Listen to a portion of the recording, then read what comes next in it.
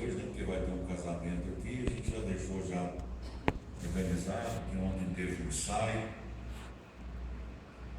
mas vamos fazendo, né? Do jeito que está mesmo. Nós estamos falando sobre as 12 mulheres notáveis, conforme arroladas pelo John MacArthur em seu livro. Ele usou como ferramenta para poder escolher essas 12 mulheres, as mulheres que estão envolvidas na história bíblica, na linhagem do Salvador Jesus. Ele poderia ter falado sobre muitas outras, mas ele escolheu aí 12 daquelas que estão ligadas à linhagem de Jesus, né? Ou estão dentro do processo histórico da salvação. Ele usou esses dois argumentos aí para poder escolher essas mulheres. Bom, quando nós começamos terça-feira passada, falando sobre Eva, falamos aí sobre a criação, né, de Eva, e deu tempo de falar só sobre esse capítulo, sobre a criação de Eva.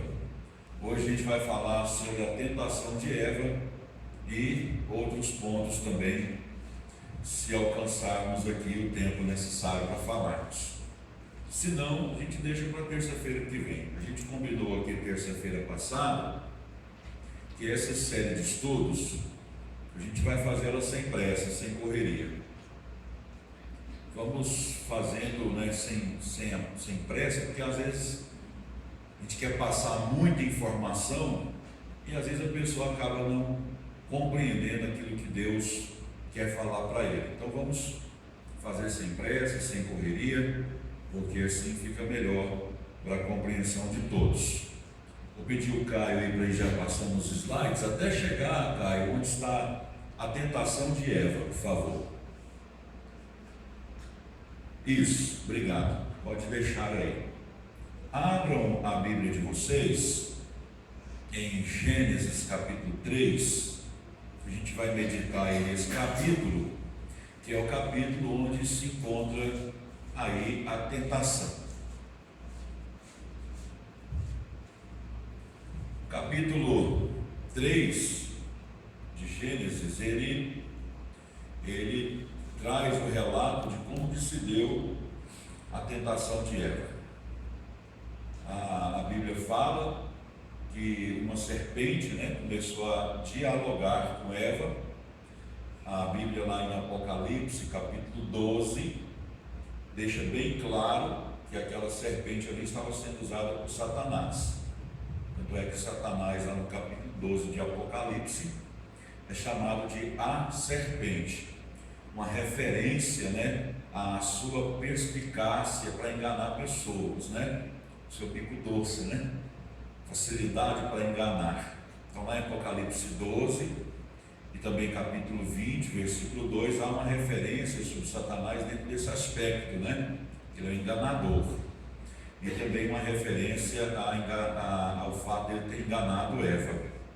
Gênesis capítulo 3, do versículo 1 até o 7, você pode acompanhar na sua Bíblia aí, diz o seguinte: ora, a serpente era o mais astuto de todos os animais selvagens que o Senhor Deus tinha feito. E ela perguntou à mulher: foi isso mesmo que Deus disse?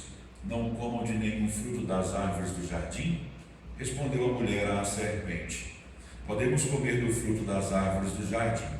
Mas Deus disse: não comam do fruto da árvore que está no meio do jardim, nem toquem nele. Do contrário, vocês morrerão. Disse a serpente à mulher: certamente não morrerão. Deus sabe que no dia em que dele comerem, seus olhos se abrirão e vocês, como Deus, serão conhecedores do bem e do mal. Quando a mulher viu que a árvore parecia agradável ao paladar, era atraente aos olhos e, além disso, desejável para dela se obter discernimento, tomou do seu fruto, comeu-o e deu ao seu marido, que comeu também. Os olhos dos dois se abriram e perceberam que estavam nus, então juntaram folhas de figueira para cobrir-se. Então esse aqui é o relato da tentação. Então vamos analisar aí esse relato da tentação, onde a gente vai aprender que a serpente, nas suas primeiras palavras, ela procurou distorcer aquilo que Deus tinha dito. Lá em Gênesis 3:1, diz assim o texto: foi isso mesmo que Deus disse, não comam de nenhum fruto das árvores do jardim? Então, ela, com essa pergunta, começa a todo um trabalho de elaboração, onde a serpente quer distorcer a ordem de Deus. Olha só, a ordem de Deus foi colocada de maneira positiva. Diz a palavra de Deus assim, lá em Gênesis 3:16 e 17: e o Senhor Deus ordenou ao homem: coma livremente de qualquer árvore do jardim, mas não coma da árvore do conhecimento do bem e do mal, porque no dia em que dela comer, certamente você morrerá. Só que a serpente pegou essa palavra que Deus deu a Adão como ordem, e colocou-a em uma linguagem negativa, dando a parecer que Deus é um ser mesquinho, que está negando as coisas para o homem. Só que a expressão aqui da Bíblia é uma expressão de um Deus generoso. A gente não sabe quantas árvores haviam ali, que delas podiam comer os frutos. A gente não sabe quantas elas eram, mas eram muitas. Deus coloca assim: olha, coma livremente de qualquer árvore do jardim, mas de apenas uma não coma. Só que a serpente colocou a coisa para Eva de uma maneira muito negativa. Ele colocou assim: foi isso mesmo que Deus disse, não comam de nenhum fruto das árvores do jardim? Não foi isso que Deus disse. Deus disse que poderia comer do fruto de qualquer árvore, exceto o fruto de uma árvore. Ele sagazmente, Satanás sagazmente fala: Deus disse que não era para comer nenhum fruto, mas não foi isso que Deus disse. Então percebam que aqui Satanás, com o seu engano, quer trazer uma imagem de um Deus mesquinho, sendo que o texto deixa bem claro que Deus é generoso, dá a liberdade para eles comerem de qualquer fruto, exceto de um. Eva ouviu a proibição não diretamente de Deus. Quando Deus deu essa proibição, deu antes da criação de Eva. Ele deu diretamente a Adão. Então Deus deu a proibição antes da criação de Eva. Deus deu essa proibição diretamente para Adão. Quando Eva foi criada, Adão, repassou para Eva a ordem de Deus, e com certeza repassou para ela de maneira fiel, como que teria sido a ordem de Deus. Como Deus deu essa ordem para Adão antes da criação de Eva, Adão constitui-se aqui, biblicamente falando, como o representante da raça humana, o cabeça da raça humana. A instrução e a proteção de Eva eram de responsabilidade de Adão. Adão, além de ser o representante da raça humana, ele era o cabeça da primeira família.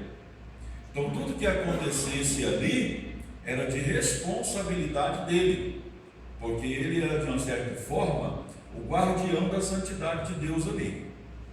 Então, na resposta de Eva, quando a serpente indaga para ela lá no versículo 1 do capítulo 3, ela exagerou a restrição de Deus. Ela disse assim: nem toquem nele. Deus não disse isso para Adão.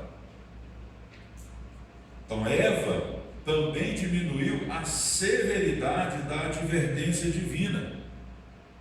Lá em Gênesis 2:17, quando Deus deu a ordem para Adão, Deus falou assim: porque no dia que dela comer, certamente você morrerá.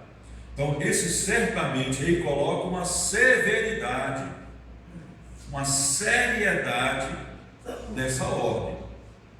Eva, quando estava dialogando lá com a serpente, ela diminui essa severidade e coloca apenas como se fosse uma mera potencialidade. Ela coloca assim, porque no dia em que dela comer, vocês morrerão. Ela tirou a palavra certamente. Essa palavra certamente aí dava esse aspecto, né, de severidade com relação a essa advertência. Então ela fez duas coisas aqui, quando ela dialogou com a serpente. Ela exagerou no rigor da restrição de Deus, quando disse, não pode nem tocar no fruto. Deus em momento nenhum disse isso. E ela diminui, né, a severidade daquela advertência, quando ela tira a palavra certamente. Então, vamos passar aí para o slide próximo aí. Nós já estamos no outro, Caio. Eu esqueci de pedir para você passar, desculpa, viu, Caio? Olha, a segunda vez que a serpente falou a Eva, ela contradisse o que Deus tinha dito a Adão. Gênesis 2,17, Deus tinha falado assim, olha, porque no dia em que dela comer, certamente você morrerá. Satanás, quando estava dialogando com Eva ali, por meio da serpente, disse o contrário. Disse, olha, certamente não morrerão. Ora, Deus tinha dito, se comerem, com certeza morrerão. Satanás, para engodar Eva, disse, vocês não morrerão. Então, essa é uma das estratégias de Satanás, sempre distorcer aquilo que Deus diz e contradizer aquilo que Deus disse. Aqui está claro, né, o seu propósito, quando enganou Eva, distorcendo e contradizendo a palavra de Deus. Então Satanás seguiu em frente com a sua versão do que aconteceria se ela comesse. Olha aqui que ele fala no versículo 5 aí do capítulo 3. Deus sabe que no dia em que dele comerem, seus olhos se abrirão, e vocês, como Deus, serão conhecedores do bem e do mal. Então o que Satanás fez? Tocou, né, no chamado orgulho humano, massageou, né, o orgulho humano, quando ele diz, olha, Deus não quer que você coma, porque se você comer, você será como Deus. Então massageou ali, né, o coraçãozinho do homem, no caso Eva, para fazer com que ela tivesse, né, aquele sentimento, opa, peraí, será que Deus está me enganando? Se eu comer, posso ser como Deus, né? Então esse é o desejo do ser humano desde a tentação, né? Querer ser como Deus. A gente às vezes olha aí, né, pessoas famosas, reis que já passaram nessa terra, ditadores que batem no peito e ainda até dizem que são deuses, né? Esse é um desejo do ser humano desde lá do Éden. E Satanás trabalhou isso, né? Alimentou o orgulho humano, quando disse essa palavra lá no verso 5.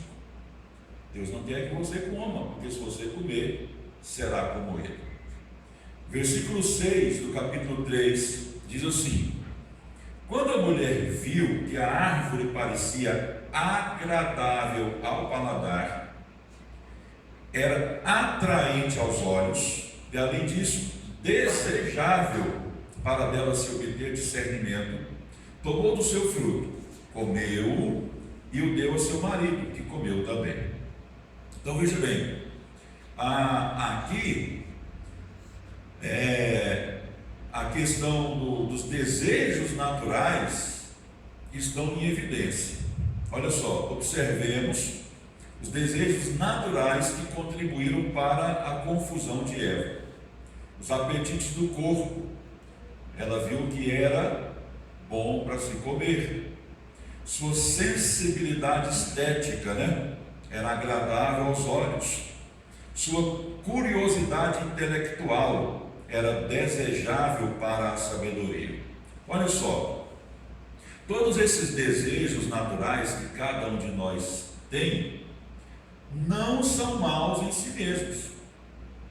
Deus dotou-nos desses desejos naturais. Agora, quando eles são voltados para o pecado, aí é que está o problema. Todos nós temos esses apetites, temos essas sensibilidades estéticas, curiosidade intelectual, mas quando isso volta-se para o pecado, constitui-se afronta contra Deus. Porque Deus, quando colocou esses desejos naturais em nós, os colocou para que nós voltássemos esses desejos naturais àquilo que é desejável do ponto de vista espiritual também. Mas não foi isso que aconteceu aqui com Eva, Caio, passa aí, Caio, mais um slide, por favor. Então, Eva comeu e depois deu ao seu marido e ele comeu. Olha o que diz lá Paulo aos Romanos, capítulo 5, versículo 12. Portanto, da mesma forma como o pecado entrou no mundo por um homem, e pelo pecado a morte, assim também a morte veio a todos os homens, porque todos pecaram. Então, quando Eva comeu do fruto, esse pecado é chamado de pecado original. Ela comeu do fruto, depois deu o fruto ao marido dela, Adão, e ele também comeu. Então, apesar de ter sido Eva o primeiro ser humano a ter comido do fruto proibido, a Bíblia trata como desobediência de Adão, como meio pelo qual o pecado entrou no mundo. Isso não isenta a responsabilidade de Eva. Eva também errou, mas a Bíblia trata como pecado de Adão. E o pecado original, mesmo tendo sido Eva primeira a comer do fruto, o pecado original é considerado como pecado de Adão. Por quê? Como eu já disse, ele era o representante da raça humana, ele era o cabeça da família. Ele foi o primeiro, e o único a ouvir diretamente de Deus esta ordem, como de todo fruto, exceto desse, que está no meio do jardim. Então, Adão, quando pecou, ele fez isso como nosso representante. Por isso que a Bíblia fala que por um homem entrou o pecado no mundo, e por um só homem o pecado foi aniquilado, que é na pessoa de Jesus. Então, é impossível entender a doutrina do pecado original se nós ignorarmos a questão do princípio de liderança de Adão. Então, quem comeu do fruto primeiro? Foi Eva. Mas Adão era o cabeça da raça humana. Ele era o representante da raça humana. Ele era o cabeça da família. Então, a Bíblia considera o pecado original como sendo o pecado de Adão. Porque quando ele chegou e Eva ofereceu para ele o fruto, ele passivamente comeu. Em momento nenhum, o texto bíblico mostra uma revolta de Adão contra aquele pecado. O que dá de entender que também era um desejo dele comer do fruto. Porque se não fosse assim, ele teria dito: mas que besteira que você fez, mulher? Como que você faz uma coisa dessa, ofendendo o nosso Deus? Não. A Bíblia mostra uma atitude de fraqueza e de passividade de Adão, quando ele se associa à sua mulher, cometendo o pecado contra Deus. Olha só, o pecado de Eva foi muito grave. Quando a gente fala que o pecado entrou no mundo por meio de Adão, a gente não está dizendo que Eva não tenha tido erro, ou que o erro dela não tenha sido grave. Foi muito grave. A parceria dela com Adão, na desobediência dele, foi total e voluntária. Então Eva pecou, colocou o seu marido para participar do pecado, e ambos praticaram aquele pecado contra Deus, comendo daquele fruto, de maneira total e voluntária. Não foi algo assim, né? Escorregando aqui, pisando na bola. Não, foi algo que eles desejavam de fato. Quem deu início a todo o processo foi Eva, e depois Adão participou dele também de maneira voluntária. O pecado de Eva a sujeitou ao desprazer de Deus. Ela perdeu o Éden e ganhou uma vida de dor e frustração. A maldição divina contra o pecado atingiu Eva singularmente. É o que a gente vai ver aqui agora. Olha só, todo pecado ele tem uma consequência. Eva pecou contra Deus. Deus tinha dado ordens claras para Adão. Adão repassou para Eva e estava claro o que Deus desejava. Ela desobedeceu a Deus, e a desobediência dela e de Adão gerou grandes consequências. A gente vai falar agora sobre a humilhação de Eva. Pode passar, por favor. Isso, obrigado. Olha só, quando ela pecou, a inocência de Eva se foi. Primeira coisa que ela mais Adão sentiram após o pecado: vergonha. Gênesis 3:7 diz: os olhos dos dois se abriram, perceberam que estavam nus, então juntaram folhas de figueira para cobrir-se. Aqui nós temos aqui duas coisas, né? Quando pecaram, primeira coisa que perceberam, que estavam nus. É claro que eles sabiam que estavam nus, mas sentiram vergonha um do outro e sentiram vergonha de Deus. Então não é que eles não sabiam que estavam nus, sabiam, mas perceberam que estavam nus no sentido de ter sentido vergonha um do outro e também de Deus. Qual foi a solução que eles arrumaram para poder cobrir-se, né? Tentaram produzir uma roupa de folha de figueira. Ao invés de buscar em Deus o perdão, a resolução do seu problema, do seu pecado, buscaram eles mesmos resolver aquilo que eles tinham construído para a vida deles, que foi o pecado. Então a tentativa de fazer roupa com folhas de figueira ilustra a tentativa humana de prover para si mesmo a plena expiação da culpa. Então todos nós temos essa tendência de achar que porque somos boas pessoas, né, de achar que somos pessoas que procuram fazer as coisas certinha, isso vai nos colocar numa posição de privilégio diante de Deus. Não. Quando nós estamos numa posição de privilégio diante de Deus, quando nós reconhecemos, não somos nada, que a nossa justiça é falha, que os nossos esforços não são suficientes, aí sim Deus se agrada. Toda autotentativa humana de tentar resolver o problema do pecado, ela é frustrada por Deus. Isso aqui está lá no começo da Bíblia, lá em Gênesis, capítulo 3, quando Deus foi visitar o casal e percebeu que eles estavam com aquelas vestimentas, Deus não as aceitou. Deus providenciou vestes para eles. É o que a gente vai perceber aqui no decorrer do texto aqui, olha. Gênesis 3, de 8 a 13, fala assim: esconderam-se da presença do Senhor Deus entre as árvores do jardim. Aí Deus pergunta: onde está você? Aí Adão responde: fiquei com medo, porque estava nu, por isso me escondi. Deus perguntou lá no versículo 11: quem lhe disse que você estava nu? Você comeu do fruto da árvore da qual lhe proibi comer? Deus não sabia? Sabia. Mas por que Deus pergunta?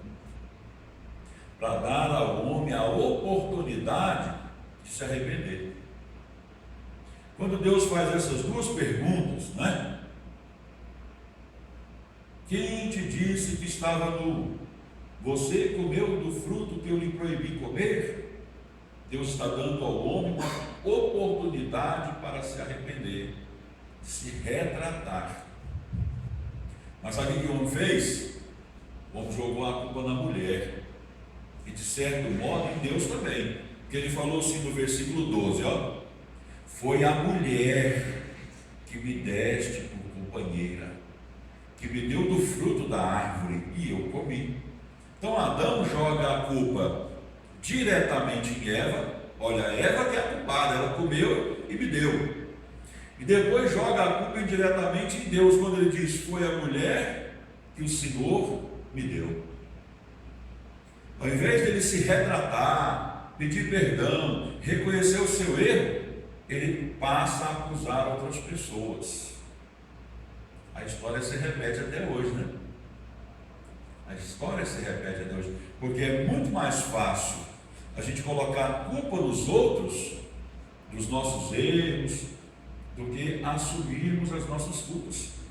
Porque para assumir a minha culpa, eu passo por um processo de humilhação, de vergonha. E a gente não quer isso, né? A gente não quer ser envergonhado, a gente não quer ser humilhado. Então é muito mais fácil colocar a culpa no outro.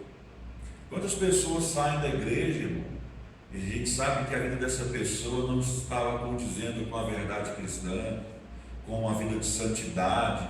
Aí lá fora, quando pergunta: não, o fulano, né, foi o culpado, o ciclano, o beltrano me prejudicaram, por isso que eu saí da casa de Deus, né? Então é muito mais fácil culpar outras pessoas. No casamento, então, irmão, quando vai fazer um curso chamado Casados para Sempre, na primeira aula, os instrutores dão aos casais uma ferramentazinha miniatura que é a enxada. Porque a enxada você arrasta na sua direção.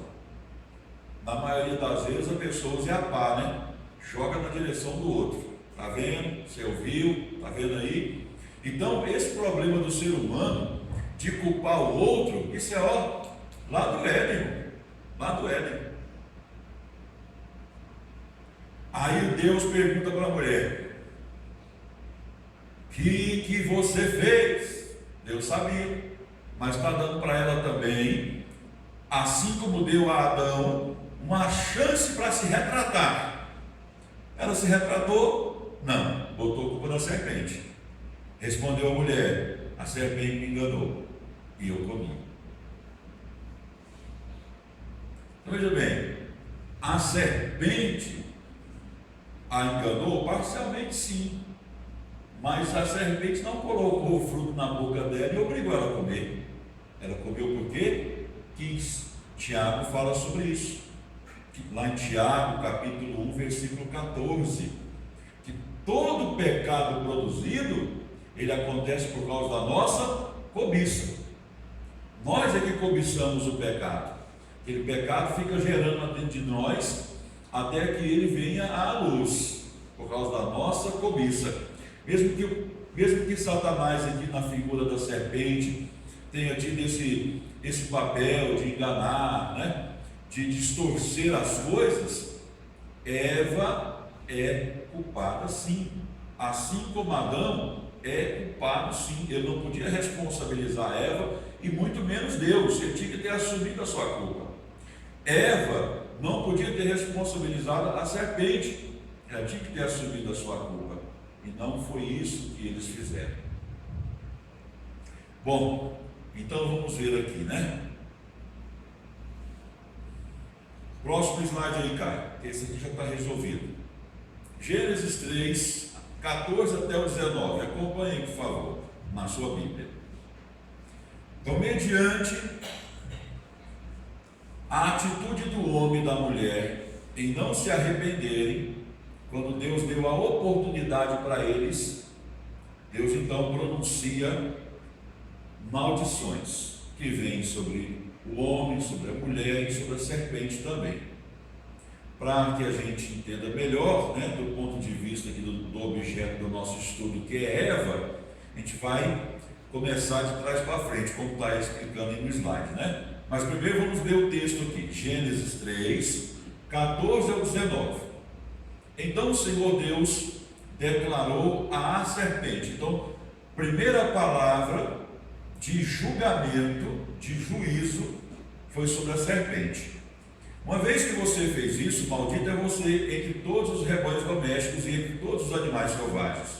Sobre o seu ventre você rastejará, e pó comerá todos os dias da sua vida. Porém, inimizade entre você e a mulher, entre a sua descendência e o seu descendente, este lhe ferirá a cabeça e você lhe ferirá o calcanhar. Então esta é a maldição sobre a serpente. Agora sobre a mulher, versículo 16. A mulher Deus declarou: multiplicarei grandemente o seu sofrimento na gravidez. Com sofrimento você dará à luz filhos. Seu desejo será para o seu marido e ele a dominará.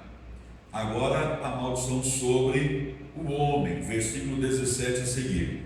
E ao homem declarou: visto que você deu ouvidos à sua mulher e comeu do fruto da árvore da qual ele ordenara que não comesse, maldita é a terra por sua causa, com sofrimento você se alimentará dela todos os dias da sua vida. Ela lhe dará espinhos e ervas daninhas, e você terá que alimentar-se das plantas do campo. Com o suor do seu rosto você comerá do seu pão, até que volte à terra, visto que dela foi tirado, porque você é pó, e ao pó voltará. Então a maldição aqui tem três partes. A primeira parte é dirigida à serpente, a segunda a Eva e a terceira a Adão. Em todas essas, Eva teve, em todas essas partes, nós dizendo, houve consequências para Eva. Então nós vamos começar aí da maldição dirigida primeiro a Adão, para a gente poder entender melhor sobre isso.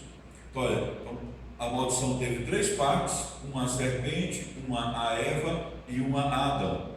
Mas todas as três alcançam de certo modo a mulher. Então vamos lá.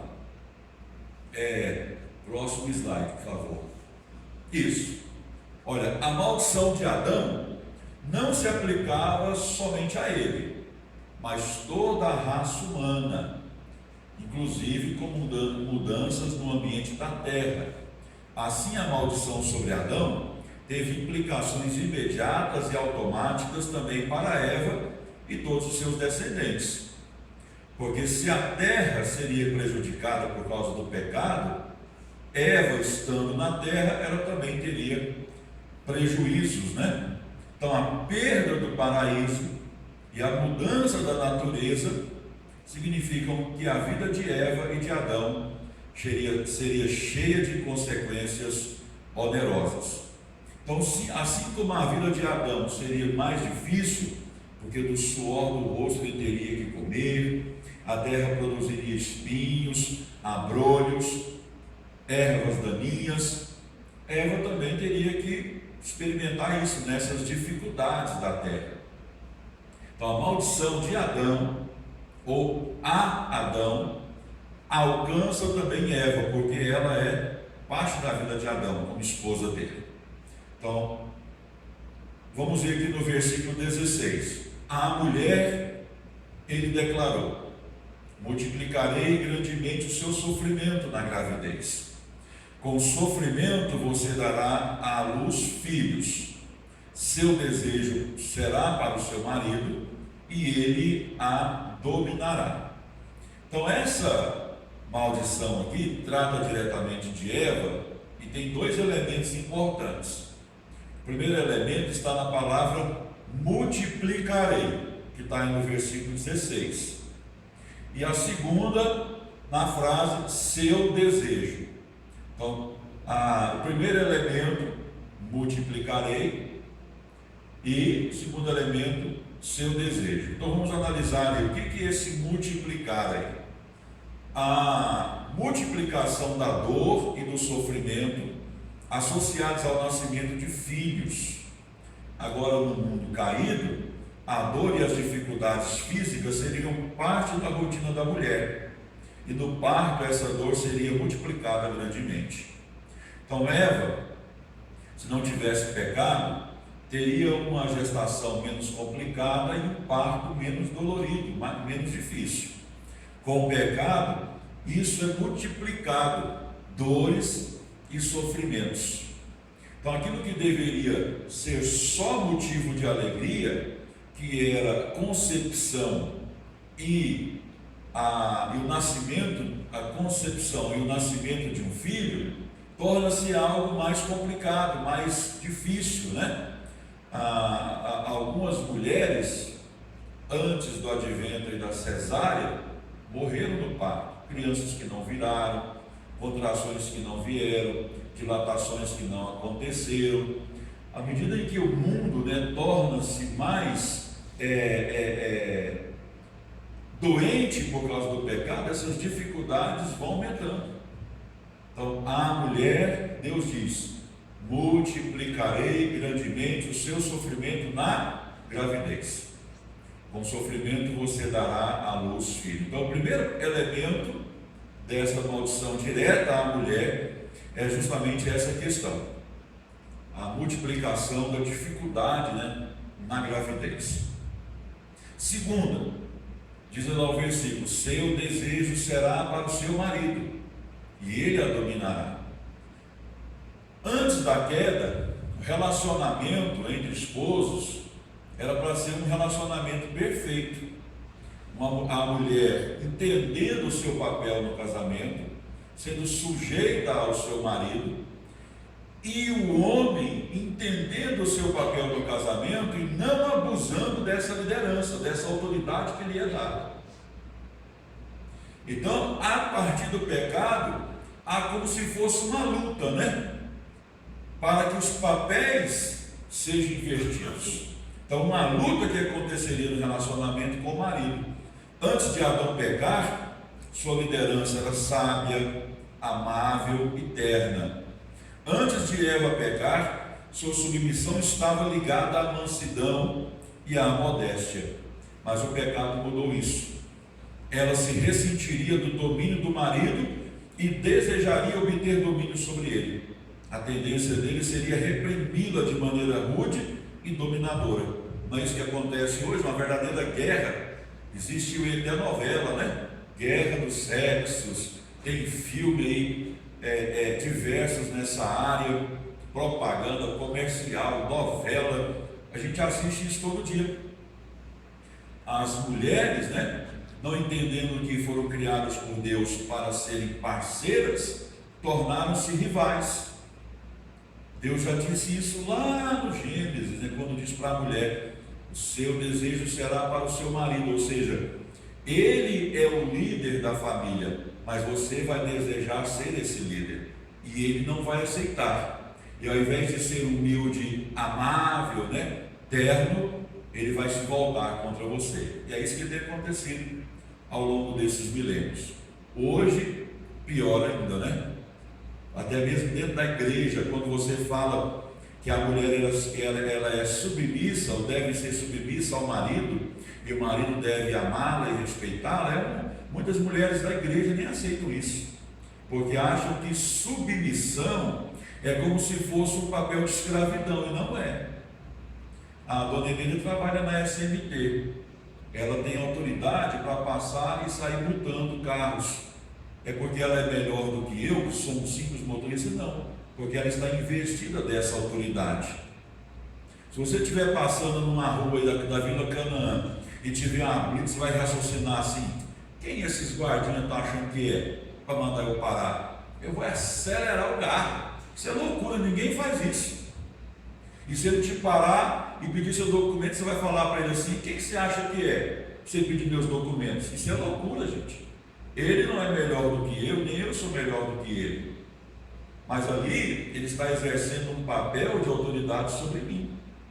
Não que eu seja menos importante que ele, ou vice-versa, mas é questão de papel, exercitar papel. Então, quando Deus colocou o homem como liderança da casa, ele não autoriza o homem a abusar desse papel de liderança. Quando ele coloca a mulher como sujeita ao seu marido, como parceira, como companheira desse processo de condução ao lar, ele não aceita que ela também avance os limites desse papel que a ela foi dado. Então, não é questão de que o homem é melhor do que a mulher. Não é isso.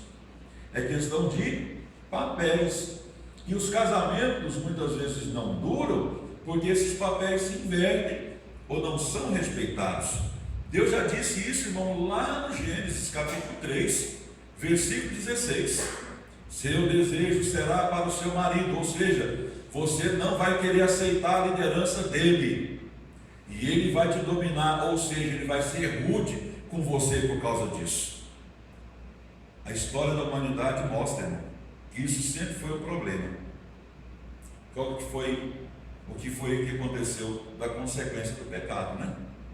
Olha só, até no juízo de Deus sobre Eva, a gente vê que há uma graça de Deus aqui.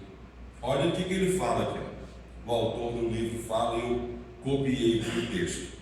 O juízo de Deus sobre Eva não foi totalmente severo e sem esperança. Houve grande dose de graça, mesmo na maldição. Como que é isso? O autor vai explicar, olha, Eva poderia ter sido sujeita à serpente, mas em vez disso, ela permaneceu sob a direção do seu marido, que mesmo com todos os problemas advindos do pecado, ele a amava. Imagina se Deus tivesse dito, você deu ouvido à serpente, a partir de agora você é escrava dele, ou dela, né? Dele porque era Satanás que estava usando. Não, mas ele a sujeitou, ou continuou com o papel de sujeição, porque esse papel não vem antes, não vem pós-queda, mas ele é antes da queda, ao seu marido. Outra coisa, Eva poderia ter sido destruída. Deus não a destruiu. Ou Deus podia condenar Eva a sair vagando sozinha pelo mundo. Você pecou, não seguiu regras, então vá caminhar sozinha no mundo aí. Não foi isso que aconteceu. Ela continuou, sob os cuidados e a provisão do seu marido, que a amava. Deus poderia ter proibido Eva de nunca mais ter filhos, mas não foi isso que ele fez. Ele poderia ter a proibido de ter filhos, mas ao invés disso, a constituiu como a futura mãe de todos os seres humanos. Então, mesmo que a gente veja aqui que houve uma severidade de Deus puniu Eva, a gente vê aqui, dentro desses argumentos, que mesmo na punição, Deus foi gracioso. Olha só, então, mediante essa graça revelada no juízo, Eva então desenvolveu nela uma expectativa, que é o que a gente vai ver agora. Caio, olha aí, a expectativa de Eva. Vamos ver lá no versículo 14 e no versículo 15, para a gente poder entender, né? O versículo 14 do capítulo 3 de Gênesis fala assim, Então o Senhor Deus declarou à serpente, uma vez que você fez isso, maldito é você entre todos os rebanhos domésticos e entre todos os animais selvagens. Sobre o seu ventre você rastejará e pó comerá todos os dias da sua vida. Aí, em sequência, no versículo 15, vem aquilo que ia gerar uma grande expectativa em Eva, que é a promessa do descendente de Eva, que derrotaria os poderes da serpente. Diz o versículo 15, e porém inimizade entre você e a mulher, entre a sua descendência e o descendente dela. Este lhe ferirá a cabeça e você lhe ferirá o calcanhar. Olha só, na maldição sobre a serpente, Deus deixa para Eva um sinal de esperança extraordinário. Então essa parte da maldição aí é um raio de luz, um raio de esperança para Eva, onde a descendência da mulher feriria, a cabeça do mal. Então a menção de sua descendência indicava que ela teria filhos e a oportunidade de criar uma família. Então aquilo que parecia que estava tudo arrebentado, né? Porque Eva e Adão havia pecado, Deus mostra para ela nessa palavra, olha, seu descendente. Essa palavra, seu descendente, gera nela grande expectativa, né? De formar uma família, né? Com filhos. Olha só, a promessa de que sua descendência feriria a cabeça da serpente era uma garantia de que a sua raça não estaria subordinada, sem esperança, ao domínio perpétuo do mal. Então Deus mostra também nessa palavra que sempre haveria uma guerra do homem contra as forças do mal, e sempre uma tendência do homem buscar a Deus. Então a guerra contra o mal não seria sempre, né, para sempre vencida pelo mal. É o que mostra aqui essa palavra. Então, evidências dessa esperança são vistas na sua grande alegria quando se tornou mãe pela primeira vez. Quando ela se tornou mãe pela primeira vez, colocou o nome do bichinho lá de Caim, que significa obter. Ela raciocinou, né? Eu obtive da parte de Deus um filho. Aí colocou o nome do menino de Caim, obter. E ela declarou no versículo 1 do capítulo 4, né? Com o auxílio do Senhor tive um filho homem. Em seu segundo filho, Eva deu-lhe o nome de Abel, que significa fôlego. Em seu terceiro filho, ela colocou o nome de Sete, designado ou nomeado. Há até uma sugestão de que talvez Eva entendesse, né? De que através da linhagem de Sete viria o descendente, né, que esmagaria a cabeça da serpente, pelo fato de ela ter posto esse nome nele, né? Designado ou nomeado, como que tendo a esperança de que ele havia sido designado por Deus para aquela tarefa. Acabou não sendo Sete diretamente, mas o seu descendente, né? Ou a linhagem de Sete. Bom, a graça de Deus para com Adão e Eva é demonstrada quando ele fez roupas de pele e com elas vestiu a Adão e sua mulher. Lá no capítulo 3, versículo 21.